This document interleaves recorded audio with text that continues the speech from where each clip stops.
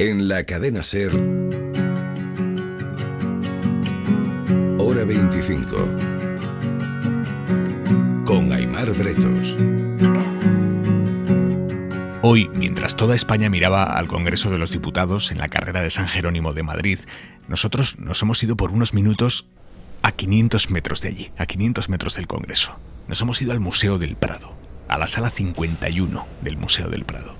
En esa sala está expuesta una obra que es magnífica. Es el Oratorio de San Jerónimo Penitente, que además de muy bella, es una obra bastante peculiar, porque incluye en la misma obra pintura, escultura y un marco de gran valor artístico. Nosotros hemos reunido ante esa obra a las 3 restauradoras que han trabajado sobre ella. María Álvarez Garcillán, restauradora de pintura, Sonia Tortajada, restauradora de escultura, y Gemma García Torres, restauradora del marco. Ellas 3 están profundamente orgullosas del trabajo conjunto que han hecho. Es una restauración, digamos, a 6 manos, cada una en su disciplina. ¿Qué obra tenemos delante? Bueno, es una pieza devocional. Por eso tiene ese tamaño y esta forma, como una caja que se cierra, y que cuando está abierta, pues la persona que viene a orar pues tiene ahí su ratito de devoción. Como decimos, es una obra que tiene las 3 disciplinas. Esto no es muy común. No, la verdad es que no es muy común y ha sido un trabajo en equipo. Entonces esta obra combina pintura, combina escultura y combina un trabajo, digamos, de marcos. Así que cada restaurador especialista en ese campo se ha ocupado de la parte específica que le compete a él. ¿Cómo es el proceso de restauración cuando entráis en juego distintos equipos? Los restauradores de marco, los restauradores del alabastro, los restauradores de la pintura. ¿Cómo es el proceso? Pues primero conseguimos ponernos de acuerdo en cómo organizarnos para que todos pudiéramos trabajar sin entorpecer y sin estropear el trabajo del anterior. Entonces, una vez estudiada la obra y con todos los estudios técnicos previos, pertinentes, radiografías, infrarrojos, en fin, todo lo que normalmente nos permite conocer la obra y hacer un diagnóstico, ya nos dimos cuenta de cuál sería el orden natural. Empecé yo haciendo las pinturas, luego pasó Sonia a hacer el alabastro y finalmente remató Gemma con toda la estructura dorada. Habladme, por ejemplo, de esas radiografías que me habéis dicho. ¿Para qué sirve? ¿Qué información os da de la obra para llevar a cabo vuestro trabajo de restauración? Nos permiten a nosotros ver en la conservación de la obra, en qué estado está, por qué ha llegado a estar así de deteriorado. Es decir, si tú conoces los materiales, porque los analizamos, sabemos cómo envejecen.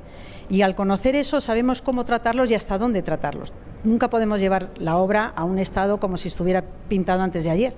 Tenemos que tener en cuenta el tiempo que ha pasado. Pero el tiempo, si pasara solamente el tiempo, la obra estaría bastante bien. El tiempo y lo que le ha ocurrido a la obra, las intervenciones que ha tenido antes, en fin, todo ese proceso que normalmente influye tantísimo en el estado de conservación. Entonces, ese es un lado. Y por otro lado, nos permite también hacer un estudio histórico. En este caso, por ejemplo, el dibujo preparatorio de las puertas por su parte exterior nos ha permitido identificar claramente el trazo de Juan de Juanes en estas pinturas. Porque cuando esta obra fue donada por los amigos del Museo del Prado al Prado, en realidad se compró como una pieza anónima. Cuando hicimos el infrarrojo de estas pinturas, vimos que el trazo era totalmente de Juan de Juanes. Hay algo que has dicho que me ha llamado la atención, y es que nunca se puede aspirar a que parezca que la obra está pintada ayer. O sea, una obra restaurada nunca aspira a quedar como nueva. No, la restauración moderna no es dejar las cosas como nuevas. El objetivo de una buena restauración es conservar lo que nos llega, respetando su antigüedad y su historia material. Pero no es dejar las cosas como nuevas. ¿Hasta dónde se llega en la restauración para respetar esa historia? Buena pregunta. Bueno, por un lado hay que recuperar la legibilidad de la obra. Es un flaco favor el que le haces al autor si no permites que el espectador vea lo que el autor quería decir. Entonces, por un lado tienes que ver hasta qué punto tienes que reconvertir esos daños para que la obra vuelva a emitir su mensaje, pero sin intervenir por otro lado. Es decir, una imagen digna, pero fidedigna también. ¿Hay un trabajo artístico en la restauración? ¿El restaurador es un artista? No, el restaurador no es un artista, pero sí que es verdad que el restaurador tiene que conocer perfectamente todas las técnicas artísticas que existen y que podemos ver en la pieza que te toca restaurar. Entonces sí que tiene que estar al tanto de todo eso. No es artista porque no está creando nada y la intención de la restauración no es crear sino conservar, como decía Sonia. Es verdad que es difícil conjugar esas partes, pero siempre la pieza te va a dar un poco esa línea. Tú vas a conservar todo lo que hay y solo vas a reponer en las zonas donde falta, donde se ha perdido. Y esa reposición, digamos, esa restauración, siempre que tiene que ir acorde con lo que el original te está marcando. Por eso no dejamos un acabado nuevo, sino un acabado ajustado a lo que el original o lo que pudo ser el original en su día. Gemma, tú has restaurado este marco. ¿Cómo te enfrentas a la restauración de un marco como este? Bueno, pues este proceso es muy especial porque no es un marco al uso, digamos, pero sí que es una enmarcación porque está encuadrando unas obras, unas pinturas y este alabastro. Fue muy interesante porque, bueno, es un marco que está reproduciendo un templete clásico al estilo a la romana, digamos, y venía, bueno, pues un poco deteriorado. Estructuralmente estaba bien, pero, por ejemplo, la parte de la cornisa, el tímpano de arriba estaba totalmente perdido, la parte de los triglifos que había ahí también. La radiografía nos detectaba ya en esos triglifos 3 que tenían un color un poco diferente, ya marcaban que era una reposición posterior. Normalmente cuando nos llegan piezas que tienen intervenciones anteriores, en intervenciones correctas está bien, no lo tocamos, porque si no vamos a mejorar esa actuación, no lo tocamos, pero cuando hay una intervención que es un poco burda, o que varía, o que ha virado, o cambiado con el tiempo, sí lo hacemos, como en este caso. ¿Tú puedes saber por cuántas manos ha pasado este marco a la hora de restaurarlo, quiere decir? ¿Por cuántas intervenciones previas? Bueno, depende. Podemos saber si ha pasado por alguna mano, eso seguro. ¿Cuántas? Depende. Si tenemos una historia material de la pieza, sí, pero si no, también es difícil cuando vienen de obras que se han comprado en colecciones particulares y demás. Aquí en el museo, por ejemplo, sí, tenemos un control de todas las restauraciones que se han hecho en las obras a lo largo del tiempo. Esto respecto al marco. María, respecto a la pintura, ¿tú puedes saber cuántas personas antes de ti han metido mano? Bueno, puedo saber cuántas veces. Nosotros podemos identificar cómo se restauraba en el 19, cómo se restauraba a finales del 19. Lo que pasa es que es muy preciso, es decir, que lo que sí podemos identificar es las actuaciones, pero no cuántas. Y al hilo de lo que decía Gemma antes, es verdad que la mejor restauración es la que no se nota. Entonces el restaurador tiene que llevar muy a gala el ser una persona anónima. Si se nota la restauración o se nota el restaurador, la restauración no está hecha, está bien hecha. No hay firma en el mundo de la restauración. No debe haber. No. Hubo firma durante una temporada y además eso empezó en la época del academicismo francés, que los restauradores eran semidioses y todos querían dejar su huella. Y hasta hace no mucho, incluso en la colección del Prado, había restauradores que detrás ponían su nombre, pero por detrás, esto lo restauró Menganito. Pero realmente ni se debe poner el nombre ni se debe notar quién lo ha hecho, aunque al final la restauración es como la escritura que hablábamos antes. Yo identifico si un cuadro lo ha restaurado tal compañero o tal otro. Sí, ¿eh? Sí. ¿En qué? Por ejemplo, ¿en qué? Pues en cómo hace la limpieza y la interpreta, en cómo se reintegra y qué trazo tiene al reintegrar, al retocar, al poner el color otra vez, en cómo pone el barniz y cómo queda el barniz. Es muy sutil, ¿eh? O sea, realmente yo llevo 40 años con mis compañeros, entonces lo identifico, si no, la gente de fuera no. Háblame del proceso ya, incluso hasta desde un punto de vista cronológico. O sea, primero hay una limpieza, luego un color, luego un barniz. Lo primero que hay que hacer en una obra cuando te llega es parar el estado en el que la pintura se puede estar cayendo. Es lo que llamamos hacer un sentado de color. Muy a menudo la pintura tiene una serie de capas, la preparación, la capa pictórica y el soporte debajo. Y cuando no hay consolidación entre ellas tienden a levantarse y si eso se cae, eso ya es irreversible. Entonces hay que evitar eso. Y a partir de ahí ya puedes empezar a limpiar. Ahí ya tienes que tener muy claro dónde quieres llegar. Entonces el grado de limpieza es importante, es lo que hablábamos antes. No podemos llevarlo a muy limpio. Además es que los materiales envejecen de distinta manera. Una tierra envejece mucho más que un blanco, que es muy sólido. Entonces, si tú vas a limpiar el blanco mucho, vas a generar un desequilibrio con los otros colores. Así que tienes que estar siempre mirando que la obra quede equilibrada y entonada. ¿Y por qué envejecen más algunos colores que Porque otros? Son más estables. El blanco de plomo es muy estable y, sin embargo, las lacas o las tierras son menos estables, simplemente. No es más que eso, pero hay que tenerlo muy en cuenta porque te marca la restauración, te marca la limpieza. Y en la escultura, en el alabastro en este caso, ¿cuál es el proceso de restauración? Pues el alabastro es una piedra muy particular, porque el alabastro en realidad es un yeso. Aunque lo vemos con esa consistencia de roca, es sulfato cálcico, con lo cual es muy sensible a la humedad. Es decir, que cualquier tratamiento acuoso queda completamente descartado.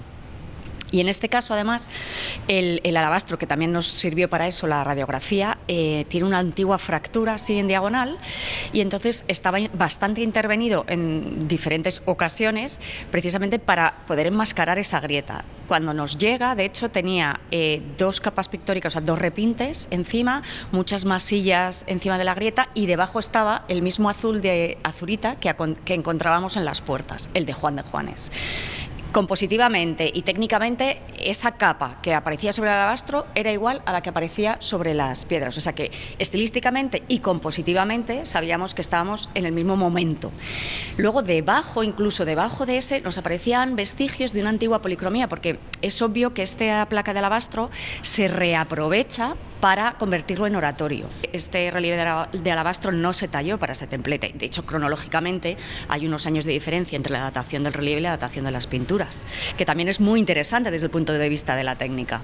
Vosotras, cuando os enfrentáis a una obra artística a la hora de restaurarla, primero entiendo que os empapáis sobre su historia, sobre su autor. No es llegar y meter mano, entre comillas. Y besar al santo. Bueno, en este caso, por San Jerónimo. Pero sí, por eso es lo que te digo, hay unos estudios técnicos, hay estudios documentales y hay estudios históricos previos a cualquier intervención. Es decir, cuando nosotros ya tomamos una decisión de tratamiento, hemos hecho un diagnóstico de alteraciones, todos estos estudios previos para saber a ciencia cierta cuál es el mejor tratamiento. Respetando las condiciones al máximo, hay que respetar al máximo el original e intentar intervenir lo mínimo posible. ¿Cómo se toma la decisión de intervención? Quiero decir, ¿cómo se toma la decisión de restaurar determinada obra antes que otra? Esto entiendo que habrá un comité que, en base a decisiones presupuestarias, entiendo también vaya tomando estas decisiones. Hombre, en este caso lo que determinó que esta obra necesitaba ser restaurada es el estado de conservación en el que llegó. Venía de colecciones particulares y no estaba en un estado digno para ser expuesta. ¿Hay obras que es mejor no restaurar? Claramente. Hay obras, no todas son primera línea, no todos los artistas son buenísimos, por un lado, y entonces el tiempo pues como que les ayuda, pero esto no lo he dicho. Realmente... Ostras, qué ataque de sinceridad, me ha encantado. Pero es verdad que el estado de conservación a veces es tan malo que es mejor ayudar a que no vaya a más, pero no intervenir, porque hay obras que realmente son ruinas y es mejor no tocarlas. ¿Qué deteriora más las obras de arte, el paso del tiempo o la mano del humano? Mi experiencia es que es la mano es la que más deteriora. Si a una obra y a todos sus materiales les dejas que simplemente vivan los 100, 200, 300 años que tiene por encima, la materia o los materiales envejecen, pero muy dignamente, y siempre puedes recuperarlos manteniendo esa pátina que el tiempo da, ¿no? Sin embargo, manipulaciones tipo restauraciones un poco forzadas, desplazamientos de las obras, porque las de la colección real iban de un palacio a otro o salían por botines de guerra, o en fin, todo eso deteriora muchísimo más que el envejecimiento natural. ¿Cuándo termina una restauración? ¿En qué momento y por qué decidís hasta aquí puedo llegar? Cuando te dicen que esto tiene que estar en sala el día 7, pues entonces el día 6 se acabó. Vale, o sea que es un criterio puramente práctico.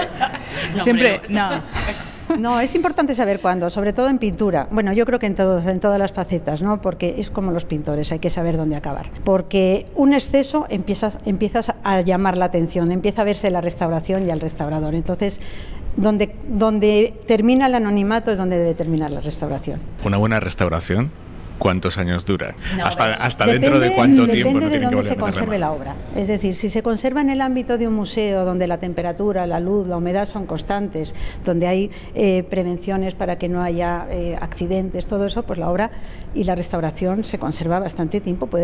Depende del barniz. El barniz es una cosa que con el tiempo oxida, pero el efecto de que oxide muchas veces es la luz. Entonces, si la luz es buena, va a tardar más en oxidarse y en amarillear. Entonces, en un museo, la obra, una restauración puede durar entre 70, 100 años, 150 o los que sea, o más, ¿no?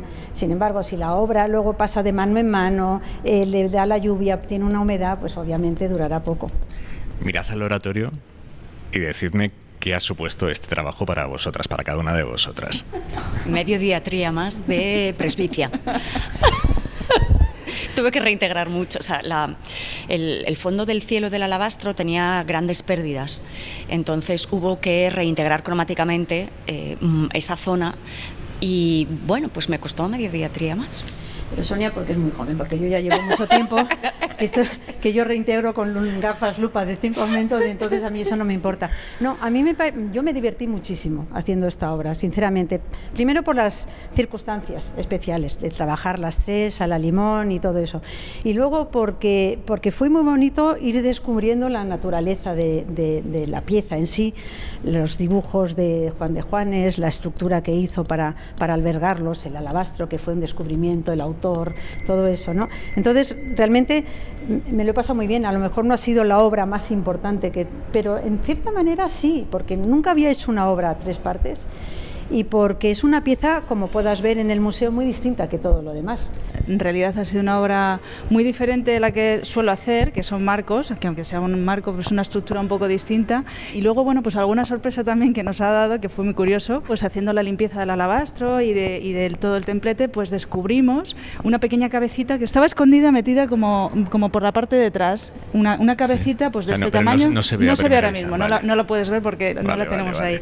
Es una cabecita pequeñita que era de mármol, creo recordar. Sí, era de mármol. No supimos muy bien de dónde podía venir, pero sí que lo documentamos completamente y bueno, la hemos dejado en la misma pieza, la hemos conservado por el reverso en una cajita, está documentado todo y bueno, pues fue una pequeña sorpresa que son cositas que te da alegría. ¿No alucináis con esas cosas de por qué puso el autor una cabecita? Te da mucho que yo pensar, tengo mi teoría, y es que el Cristo, como no tenía cabeza, probaron a ver si le iba y se les cayó hacia adentro. Sí, porque en realidad estaba como entre las ramas. Eso, y ya no la pudieron rescatar. Bueno, puede ser eso, también pueden ser cosas devocionales. Esta es una pieza, como decía María, pues de intimista en un hogar, pues alguien que pide pues por la salud de algún familiar, cosas así, un exvoto, una cosa que también podía funcionar. Pero bueno, realmente no sabemos por qué, pero fue una cosa curiosa que nos dio que pensar. Es que además fue un gran descubrimiento, porque cuando la obra llega al Prado, llega como obra anónima y se pensaba que era un pastiche, era una recomposición quizás del siglo XIX. Evidentemente las pinturas eran de una época, el relieve era de otra, pero tampoco tenía todavía el nivel de calidad que luego descubrimos certificando la autoría de las pinturas de Juan de Juanes con la autoría del relieve de Damián Forment. Entonces ha sido además un descubrimiento para bien. Hay épocas que son más difíciles de restaurar, no lo sé, pienso en el barroco por la cantidad de elementos, o no tiene por qué. Hay una cosa muy clara, el siglo XX es dificilísimo y los del Reina Sofía lo tienen crudo, ¿no? Pero sí, en cuanto a pintura, los restauradores del Prado estamos casi especializados en épocas y en escuelas, porque ya hemos trabajado mucho, en mi caso, por ejemplo, con pintura española del 17 y sigo trabajando mucho en pintura española del 17, entonces para mí la mejor es la pintura española del 17, y no solo lo más fácil, sino lo más noble, son los que mejor pintan. Pero bueno, yo creo que sí hay épocas más fácil. Yo creo que la pintura del 17 es el máximo del clasicismo y de la nobleza en la utilización de los materiales. Luego se empiezan a añadir otros productos y otros materiales que no son tan buenos para la conservación de la obra, aceites, pigmentos industriales, telas industriales, y todo eso va en detrimento de la conservación. Y eso hace que también sea más difícil conservarla y restaurarla. Cuando pasáis por aquí, vosotras, por las distintas galerías del Prado y veis las obras restauradas por vosotras, ¿qué sentís? Autocrítica muchas veces, porque yo sí reviso, digo, oye, pues esto, bueno, pues sí, bueno, quedó bien, pero igual si hubiese tenido un poco más de tiempo, hubiese retocado, o también depende de los casos, ¿no? Hay veces que dices, oye, pues qué bien y qué responsabilidad, ¿no? Que dices, uy. Mira, la luz en la sala es muy amigable, es muy amable. Entonces nosotros tenemos unas luces tan directas y tan potentes en nuestros talleres que lo vemos todo, incluso los defectos que no ve nadie. Entonces llegan a sala y la sala se ve y la obra se ve espléndida, muchísimo mejor que en el taller. Entonces, claro, y con el tiempo, cuando vas viendo una obra que restauraste hace los años que sea, te da muchísimo gusto verlo, porque durante muchos meses ha estado contigo, solo contigo, y te la conoces a fondo. Entonces, claro, es como cuando dejas al niño en el colegio. Vuestras pequeñas criaturas. Sí. Lo vivís así, ¿eh? Sí, de alguna manera, pero bueno, sí, en verdad. Es lo que dicen Sonia y María, que hay una autocrítica, hay detrás una satisfacción personal, ¿no? Decir, ay, qué bonito, pero sobre todo hay una sensación de decir, qué maravilla ver esto aquí, qué privilegio y qué honor poder haber tocado esto también, ¿no? Entonces, una sensación muy especial. Porque además nosotros tenemos la visión previa, ¿no?, de cómo llega, en qué estado de conservación estaba cuando llegó, que esta obra estaba estéticamente bastante, al menos la parte del alabastro, bastante tocada y bastante alterada. Entonces, tenemos esa referencia del antes que normalmente el público en general no la tiene. Entonces, esa transformación, poder ser testigos de esa transformación es una satisfacción tremenda. Sí, y es la sensación de ser protagonistas de que la obra se pueda mantener y ver durante muchos más años más sin saber realmente quién lo ha hecho, ¿no? Pero estamos favoreciendo que la obra perdure y eso siempre te llena de satisfacción. Me encanta la pasión con la que me estáis hablando de la obra y de vuestros procesos. Esos nuestros niños. ¿De dónde surge la vocación de restauradoras? Bueno, es verdad que es una profesión muy vocacional y es un privilegio, por ejemplo, haberte formado en conservación y restauración y acabar trabajando con este tipo de obras en este museo. Entonces, realmente es un privilegio, es un privilegio. Los restauradores del Prado son los Messi de la restauración. Bueno, gente buena y mala hay bueno en todas partes. Messi dicen que es bastante bueno. Ah, bueno, si es así, sí. Eso dicen, pero... No, bueno, vamos a ver. El departamento es muy bueno en sí. Somos gente formada desde hace mucho tiempo. Entonces somos un grupo muy compacto que tenemos la suerte de trabajar con muchas ayudas técnicas que forman parte de nuestro grupo. El área de conservación tiene el laboratorio químico, el gabinete técnico, los diferentes talleres y todo eso trabajamos en equipo, y aquí está la muestra, y luego además estamos respaldados por los conservadores que dan su parte histórica. O sea que es muy difícil encontrar un restaurador tan respaldado y tan enriquecido como pueda estar en el Prado y con obras tan buenas. Sonia, María, Gemma, muchísimas gracias a las tres por habernos acogido y por habernos trasladado esta pasión por la restauración. Espero que así sea, sí. Muchas gracias a ti. They're content with what they've got. They just sit back and they watch TV.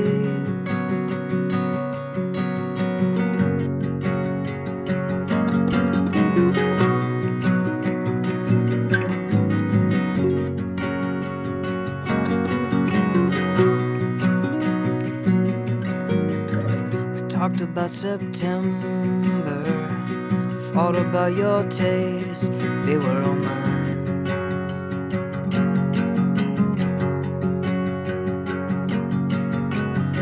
What did you know anyhow, when you said I'm lost, but there's still time?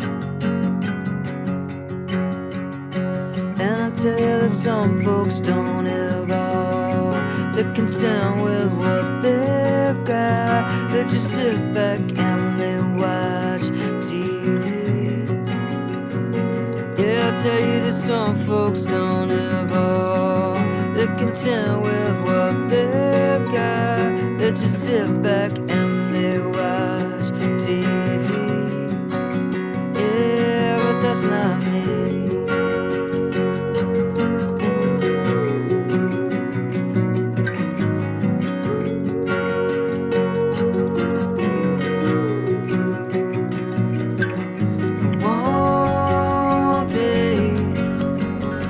Come around to see the other side of things.